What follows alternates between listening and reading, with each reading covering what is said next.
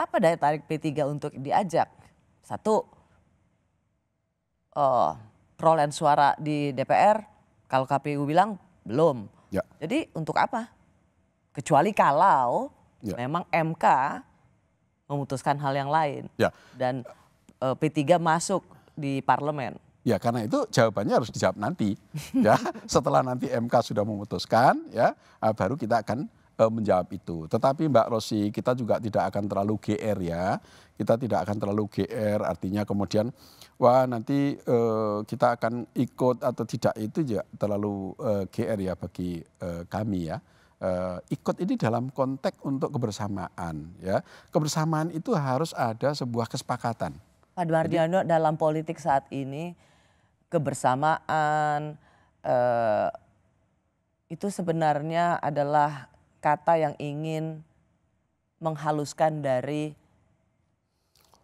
bukan soal kebersamaan, soal mencari selamat. Soalnya ada juga pandangan begini, Pak Mardiono sebagai ketum PLT P3, kalau mau menyelamatkan P3 katanya Pak, segeralah mendeklarasikan bergabung dengan Pak Prabowo dan Mas Gibran. Pasti partainya bisa masuk parlemen atau bisa survive dengan cara masuk parlemen. Seberapa besar Anda melihat bahwa ini adalah skenario yang realistis untuk P3? Ini jawabannya nanti kan harus terpisah. Jadi P3 bisa nanti mendapatkan keputusan yang adil, itu kewenangannya ada di Mahkamah Konstitusi. Ya, ini keputusannya nanti Mahkamah Konstitusi. Dan kemudian selanjutnya keputusan politik P3 itu akan bergabung dengan lebih dahulu mendeklarasikan katanya akan dibantu supaya survive. Seberapa besar Anda percaya pada pernyataan politik ini atau bisik-bisik politik ini? Ya, saya pikir kalau membantu politik, Mbak Rosy sudah mengemuka di publik ya, bahwa semua pihak ya sayang dengan P3, akan membantu dan menyayangkan apabila nanti P3 sampai tidak lolos ke parlemen. Ya, itu banyak pihak yang sudah mengemuka itu, menyayangkan. Artinya ada keinginan untuk memberikan bantuan-bantuan itu. Itu sudah tentu ya, termasuk selama ini sudah mengemuka, tidak lagi tertutup ya untuk bagaimana membantu P3 agar tetap bisa lolos di parlemen. Namun saya mau tanya Pak, ini, saya agak lompat sedikit. Menurut Bapak, tidak masuknya berdasarkan KPU P3 ini memang ada operasi politiknya? Saya katakan bisa ya, bisa tidak. Operasi politik, ya atau tidak? Ya. Tidak lolosnya P3 masuk ke parlemen karena ada operasi politik? Ya atau tidak? Karena gini, yang operasi politik ini kan semua partai melakukan. Karena menginginkan untuk kemenangan. Kita tahu kalau pertanyaan operasi politik pasti bukan antara partai yang sejajar. Operasi politik itu pasti dari sesuatu yang jauh lebih powerful. Ya, sesuatu yang punya keinginan besar ya, yang memiliki kepentingan agar mungkin P3 tidak lolos gitu ya. Ya, kalau menurut saya bisa iya. Karena apa? Karena tadi sudah saya sampaikan ya, agak ironis ya. Kita di daerah masih begitu besar suaranya, masih lebih dari 8 juta suara, ya, kursinya masih banyak. Ya, kemudian di provinsi kita juga masih lebih dari 6 juta suara. Kemudian di pusatnya kita hanya kekurangan. Ya, sepertinya memang kok seperti ada yang ngelok gitu ya. Oke, Pak Mardiono, izinkan saya suudon politik seperti itu. Izinkan saya mencoba membacakan lagi apa yang dikatakan oleh Roma Hurmuzi. Dia mengatakan, mohon atensi kepada KPU RI dan Bawaslu, operasi apa ini? Meminjam bahasa Pak Yusuf Kalla, apakah ini operasi sayang anak lagi?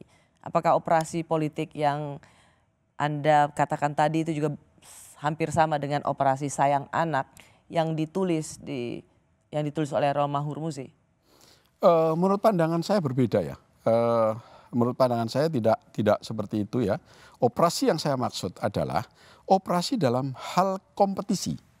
Ya, ini ada operasi-operasi yang memang bagaimana caranya untuk karena gini ya, karena P3 ini kan juga ada yang menginginkan dan ada yang diuntungkan tentu kalau P3 ini tidak lolos. Kan tentu itu ada yang diuntungkan. Gitu. Jadi Anda tidak sepakat bahwa Anda melihat bahwa ada operasi politik untuk mengecilkan P3, tapi bukan karena operasi sayang anak. Jadi Anda tidak melihat misalnya kalau di sini disebutkan operasi sayang anak tentu refernya ke tidak pihak ya, tertentu. Tidak. Karena tidak semudah itu kemudian akan memindahkan suaranya P3 menjadi sebuah hadiah sayang anak itu. Saya kok nggak sepakat itu, rasanya sulit medianya ya. Tidak akan semudah itu. Ya, karena di dalam pelaksanaan politik dalam negara demokrasi seperti Indonesia itu begitu banyaknya ya proses-proses yang harus kita lalui. Jadi ya menurut kesimpulan itu terlalu sederhana ya. Tetapi kemudian itu ada misalnya grand design lain itu seperti Mbak tadi saya di dalam obrolan ringan sebelum kita memulai saya sudah menyampaikan, bahkan Mbak Rosy juga menyampaikan bahwa P3 selalu diwarnai dengan eksiden.